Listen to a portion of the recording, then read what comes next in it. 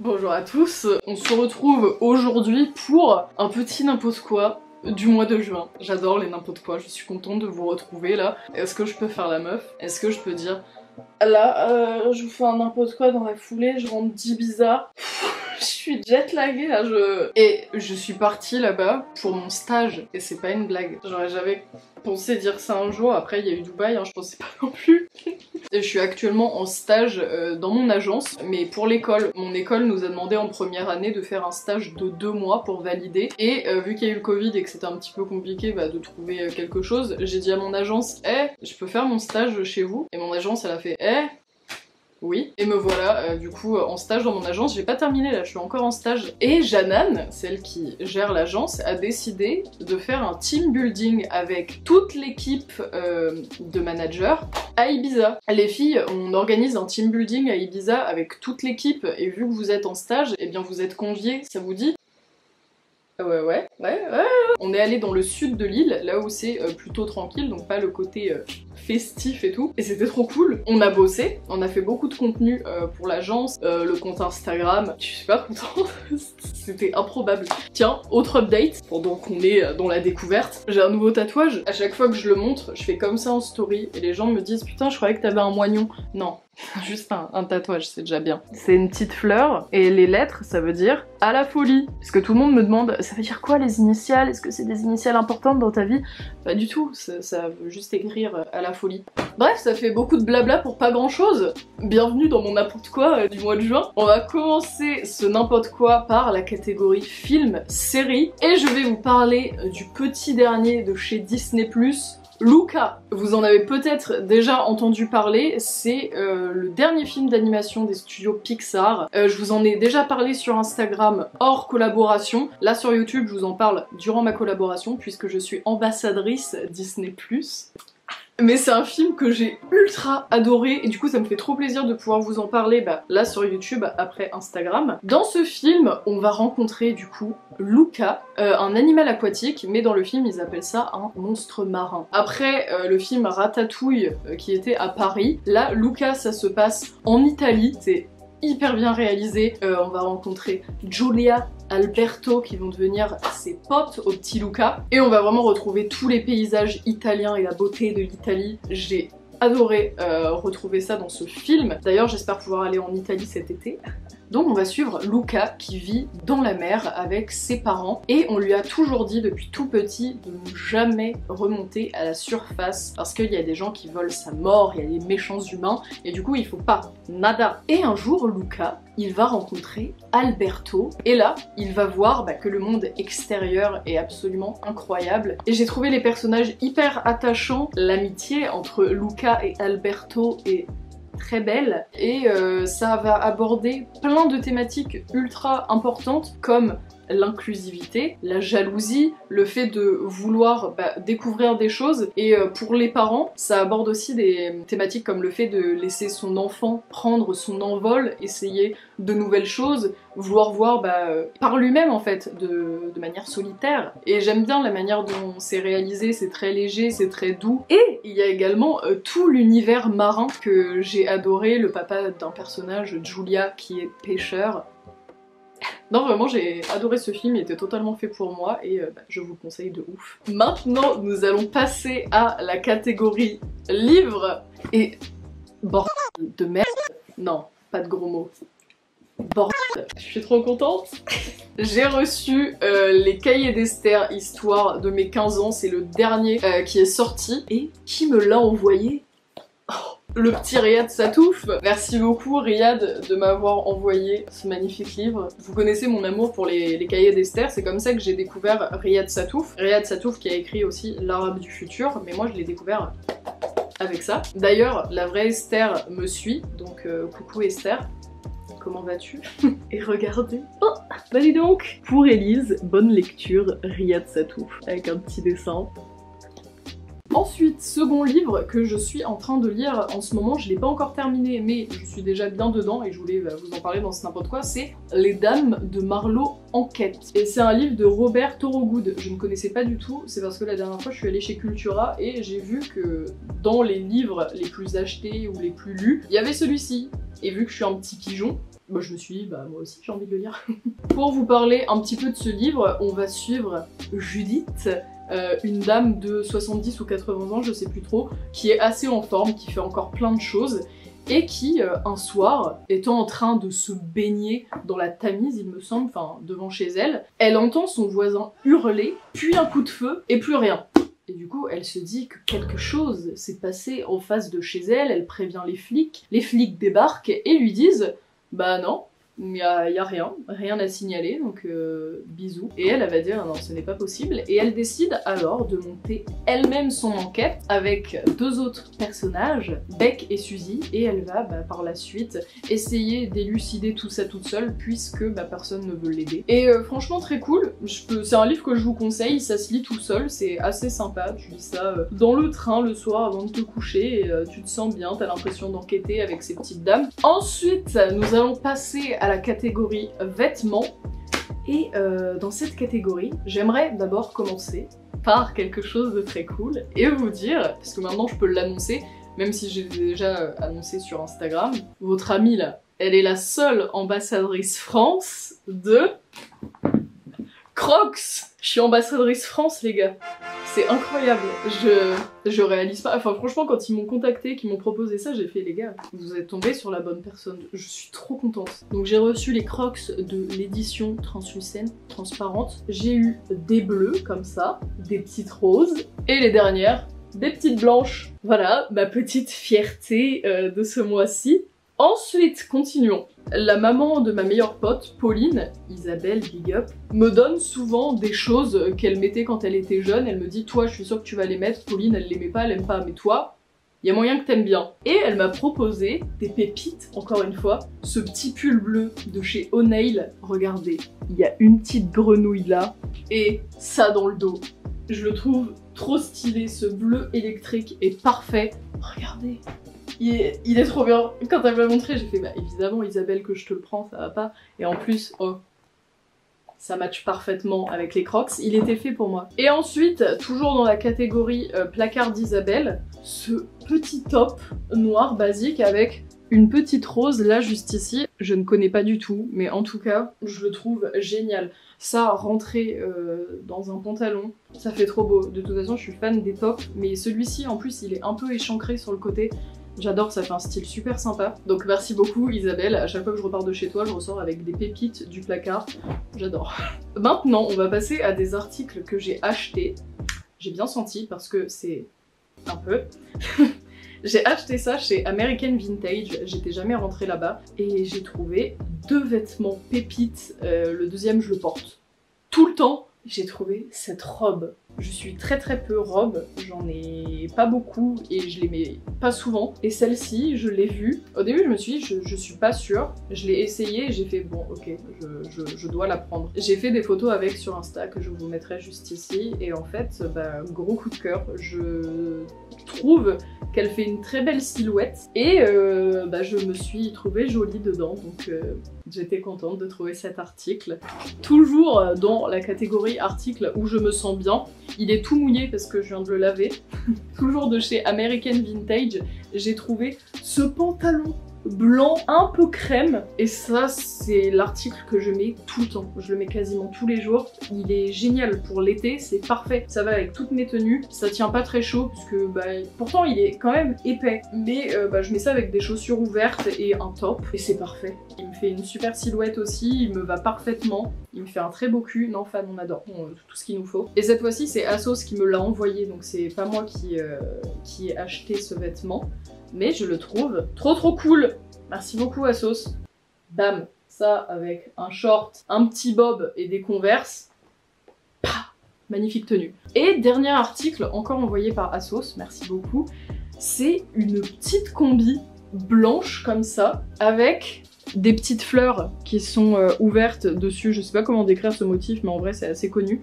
Donc c'est une combi short, et ce que je trouve génial, c'est que c'est super confortable, ça s'enfile grave facilement pour quand t'es sur la plage en été, tu mets ça, hop, c'est nickel, et je trouve que ça fait habiller enfin si j'avais eu un mariage cette année, je pense que j'aurais mis ça avec, oh putain, les petites Nodaletto blanches. Bah, y a pas quelqu'un qui veut m'inviter à son mariage là en août, très nickel, je viens en bombe. On va maintenant passer à la catégorie photo, donc comment ne pas parler de ça dans cette vidéo, de ce bijou.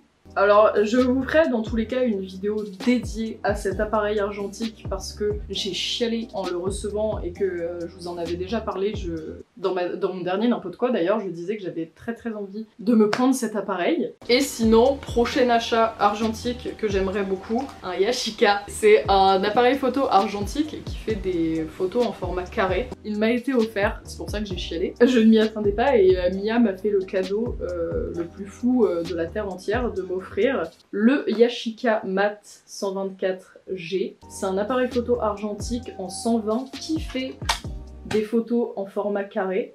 Donc ça s'ouvre comme ça. Et ensuite, mais dans tous les cas, il y aura une vidéo dédiée à cet appareil photo, c'est obligé. C'est vraiment une autre manière d'aborder la photographie, surtout argentique, et j'avais vraiment envie de tester ça parce que là, vous n'avez pas ce côté où t'es comme ça, hop, t'appuies sur un bouton et du coup la personne en face capte que tu la prends en photo. Il y a un côté plus, je le disais, street photo, où t'es comme ça, tu regardes et là hop, bam, bam, tu prends tes photos. Et c'est ce côté-là qui m'attirait beaucoup avec cet appareil photo. Et là, bah ça y est, il est entre mes mains. Donc j'ai plus qu'à faire de très jolies photos et bah, évidemment, je vous partagerai tout ça sur Instagram, donc n'hésitez pas à venir. Pour continuer dans la catégorie photo, argentique toujours, rigolons ensemble. Je vous avais dit la dernière fois que j'avais acheté des pellicules sur Double Film et que j'avais hâte de vous montrer le résultat et que j'avais la pellicule avec des cœurs dessus, voilà, celle qui devait donner ce résultat. J'avais hâte de recevoir les photos et je les ai reçues. Voici les résultats, waouh! Ah celle-ci, elle est dingue, ah elle me rappelle tellement de souvenirs. Waouh, incroyable. La pellicule est voilée, la pellicule est niquée, et je ne sais même pas comment, pourtant j'ai tout fait pour qu'elle soit sublime. Je l'ai chérie, j'ai pris sur un mois des photos et je me disais celle-ci ne la nique pas parce qu'il faut que les photos elles soient puissantes, tu vois. Et ça ressort comme ça quoi. J'avais le seum, mais c'est pas grave, la vie est faite de complications et c'est pour te rendre plus fort, donc vous inquiétez pas, les prochaines pellicules elles seront pépites. Nous allons maintenant passer à la catégorie musique qui va être très rapide, genre boum. Je vais vous parler de l'artiste Ben Mazué. J'en ai jamais parlé sur ma chaîne parce que je connaissais que très peu. En fait, je l'entendais par-ci par-là dans des stories, par-ci par-là dans des soirées. Enfin non, pas vraiment. Ben, on ne t'écoute pas trop en soirée. Et en fait, je me suis penchée sur le sujet. C'est beau.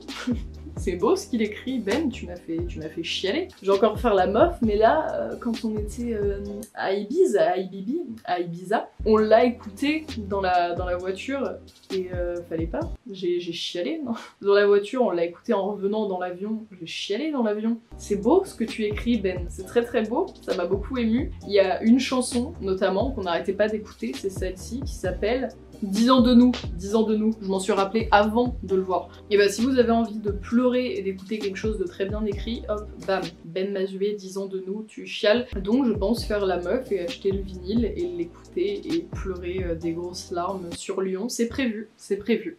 Nous allons passer à la catégorie contes à découvrir, les contes cool de ce mois-ci. Et il y en a 5, comme à chaque fois. Le premier conte dont j'aimerais vous parler, c'est Eric Small Things. Je mets des petits trigger warnings parce que il y a pas mal de petites lames. En fait, c'est quelqu'un qui fait ses tampons lui-même. Donc les tampons que tu trempes dans l'encre et que tu mets dans des livres de scrapbooking, des petits cahiers. Moi j'adore ça, j'écris tout le temps. Et j'ai découvert un univers que je ne connaissais pas, les tampons, j'adore ça.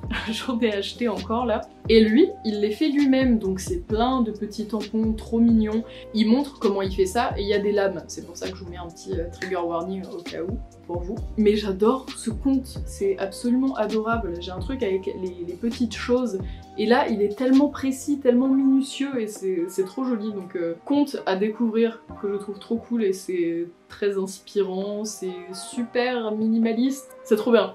J'adore ce qu'il fait et si vous avez envie de trouver de l'inspiration pour dessiner, pour créer, le Eric là, le Eric trop bien. Ensuite, je vais vous parler d'un compte de tatouage, encore une fois, on ne s'arrête pas. Le compte s'appelle JPCFF, j'ai pas triché. JPCFF fait des tatous trop cool. Vous avez compris, moi dès qu'il y a des animaux, dès qu'il y a des tatouages minimalistes, dès qu'il y a des tatouages mignons, je plonge dedans. Et je pense que vous avez bien capté parce que vous m'avez envoyé plein de comptes de tatouages la dernière fois, merci beaucoup, c'est très inspirant, putain. Et le compte de cette personne est absolument adorable, elle dessine pas mal de mèmes, elle dessine des petits chats, elle dessine des petits animaux, des peintures, il y a pas mal de couleurs aussi, elle fait pas mal de tatouages couleurs. Avant, je disais toujours que je voulais que des tatouages en noir et blanc, et plus je découvre ce genre de personne qui fait des petits tatouages mignons avec de la couleur, plus j'ai envie d'avoir de la couleur sur mon corps. Et son compte est super inspirant, super cool. Vas-y, je réutilise encore ce mot, mais je vous conseille à fond d'aller voir ça. Ensuite, je vais vous parler d'un compte que Mia m'a fait découvrir en plus juste avant que je fasse ce n'importe quoi, qui s'appelle Posy Ceramics. C'est une personne qui fait plein de tasses et je pense des pots aussi en céramique et elle les peint et c'est trop beau. C'est vraiment le style. Et Mia m'a dit ça, tu vois, tu peux en parler, c'est typique ce que tu vas aimer, ce qui pourrait plaire à ta commu, et c'est vrai, c'est observer, c'est trop joli.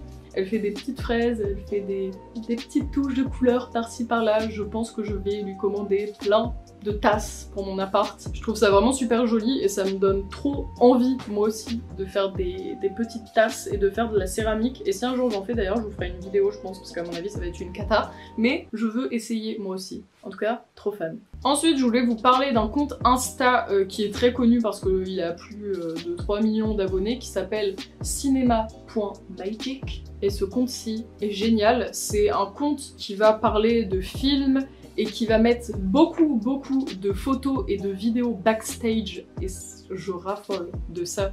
J'aime trop voir les backstage, que ce soit des backstage de photos ou alors là de films. C'est génial, t'as des films des années 70, 80 et t'as plein de photos de ça.